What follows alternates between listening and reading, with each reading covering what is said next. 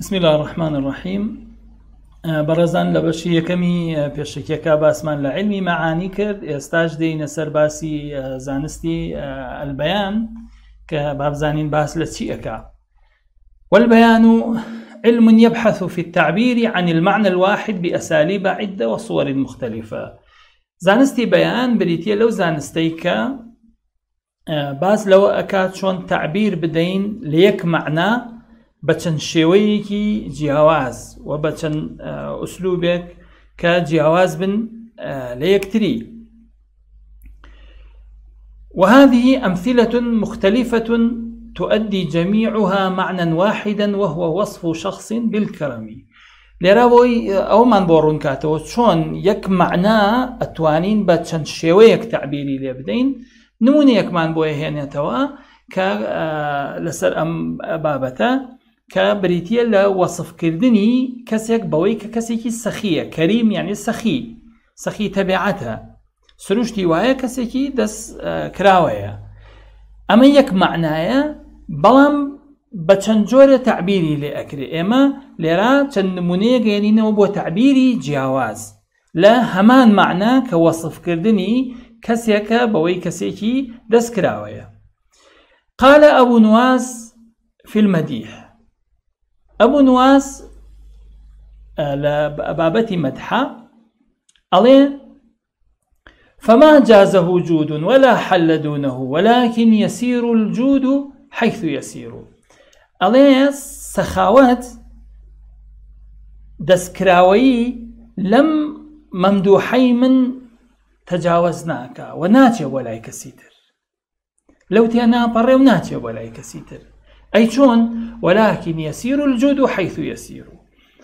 سخاوات بو شويني أرواك أم ممدوحي مني بو بروا أما بمشيوا تعبيري لويا كم ممدوحكي أم كسيكي سخي تبعته. وشاعرك ترألي كالبحر يقذف للقريب جواهرا جودا ويبعث للبعيد سحائبا. ألي وكو بحر واي وكو دريا واي بو كسي نزيك جوهر فرئدا لروي سخاوة وجودا لروي سخاوة بخشندية ويبعث للبعيد سحائبا بو أو كسيش كدورتي أنيري هور أنيري سرشتي بحر كان واعي عادة جوهر ومرواري وشد أكبت قراخي بحر وخلق كويا كاتو دسي أخا وعادة هلم لو دريانا وبرزبته وأبيت باران بوشوينيتر الله أما ممدوحي من وكو بحر واعي بو نزيكي شو بو دوريش آخيري.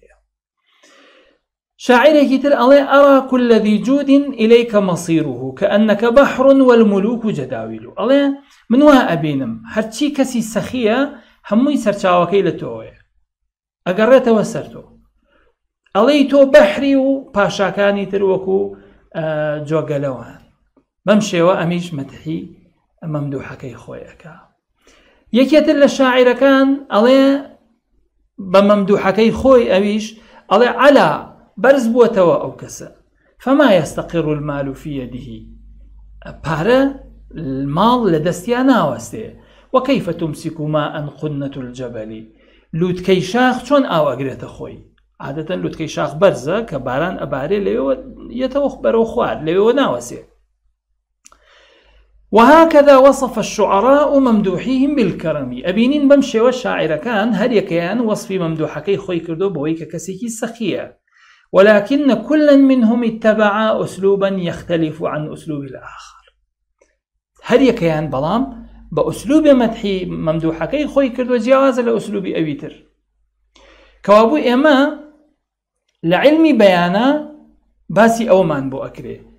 شون أتوانري يك معنى چند تعبيرك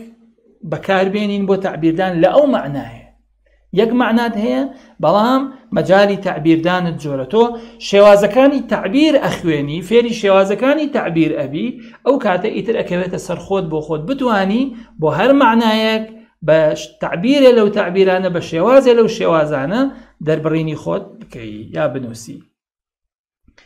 أما زانستي بيان ينسى زانستي بديع بزانين باز لسيئكا علم يبحث في وجوه تزيين الألفاظ أو المعاني وتحسينها. زانستيكا باز لە شێوازەکانی جوانکردنی وشە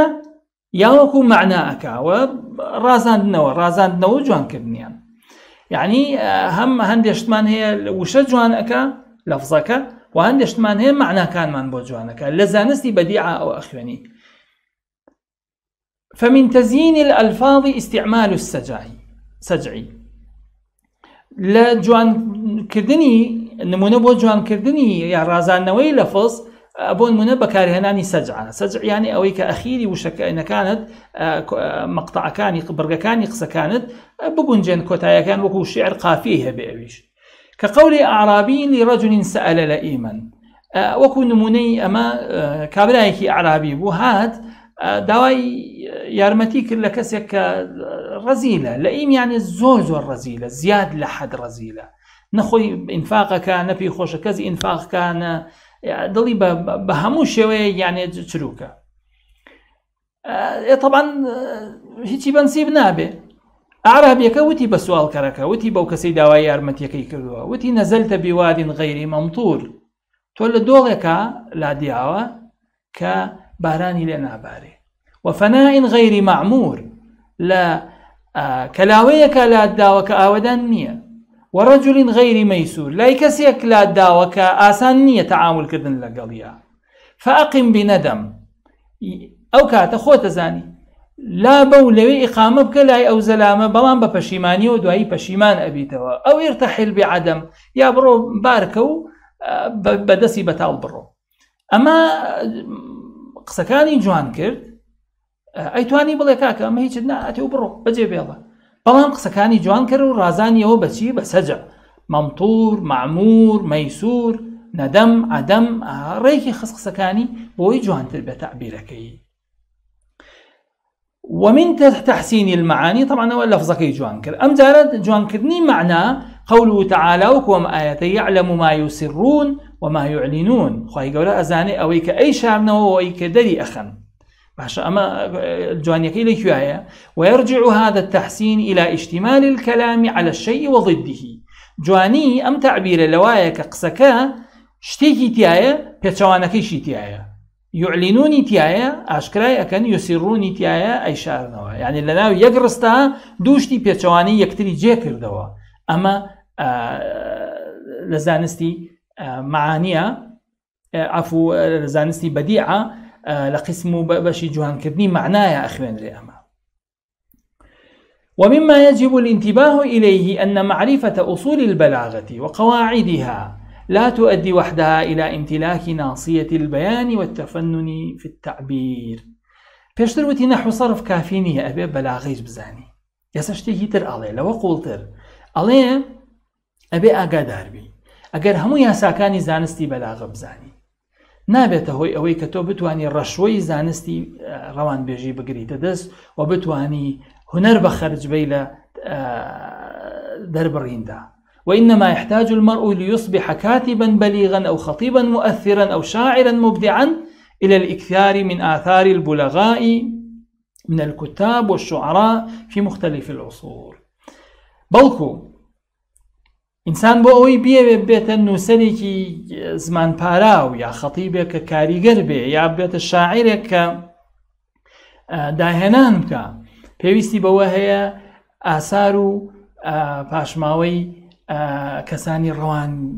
بێژ و قسەزان لە نووسەر لە شاعیر ئەمانە بخوێنێتەوە دێراسەی بکە مطالعەی بکە لە سەردەمە جیاجیەکانە هی کۆن هی نوێ جا ئەگەر فإذا توفر ذلك كله مع الطبع السليم والذوق المرهف والموهبة المستعدة انقادت له أزمة القول وملكته المعاني أعنتها. أجر أمانة لقل طبيعتي سليمة يعني السروشتي إنسانك صاغبو يعني بكوبلي طبعي سليم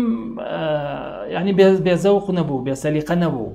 وذوق المرهف يعني ذوقي جنجانا ذوقي جنجي هبه والموهبة المستعدة موهبة نيكي آمادي هبه أجر أميشي هبو لقل ذوقي سليمة أما كوبو يوا آثاري نحو صرفي زاني باشان قياساكاني بلاغي زاني باشان زورك لآثاري أدبي نووسەر و شاعیر و خەتیب و ئەوانەی خوێندەوە ئەگەر ئەم لەگەڵ ئەمە تەبیعەت و زەوقی سەلامەت بوو و مەوهیبە و ئامادەیی تیا بوو بۆی بێتە کەسێکی ڕەوانبێژ و قسەزان یا خەتیبێکی باش یا نووسەرێکی باش ئەو کاتە ئینقادت لەه ئەزیمەت القەولی ئەو کاتە ڕەشوەی قسە وەکو بڵێ چیەت ئەکەوێتە دەستی بەدوایەت ئەو تەشبیهی یەکا بە وڵاخێکەوە چۆن بەدوای ئینسانایەت کاتی ڕەشوەکەی بەدەستێتی ومعناکان ومەلەکەته المعانی ئەعینەتەها معناکان وەکو چۆن وڵاخێک کاتێکە ڕام ئەبێتر پشتی خۆیت ئاەتی ئەتوانی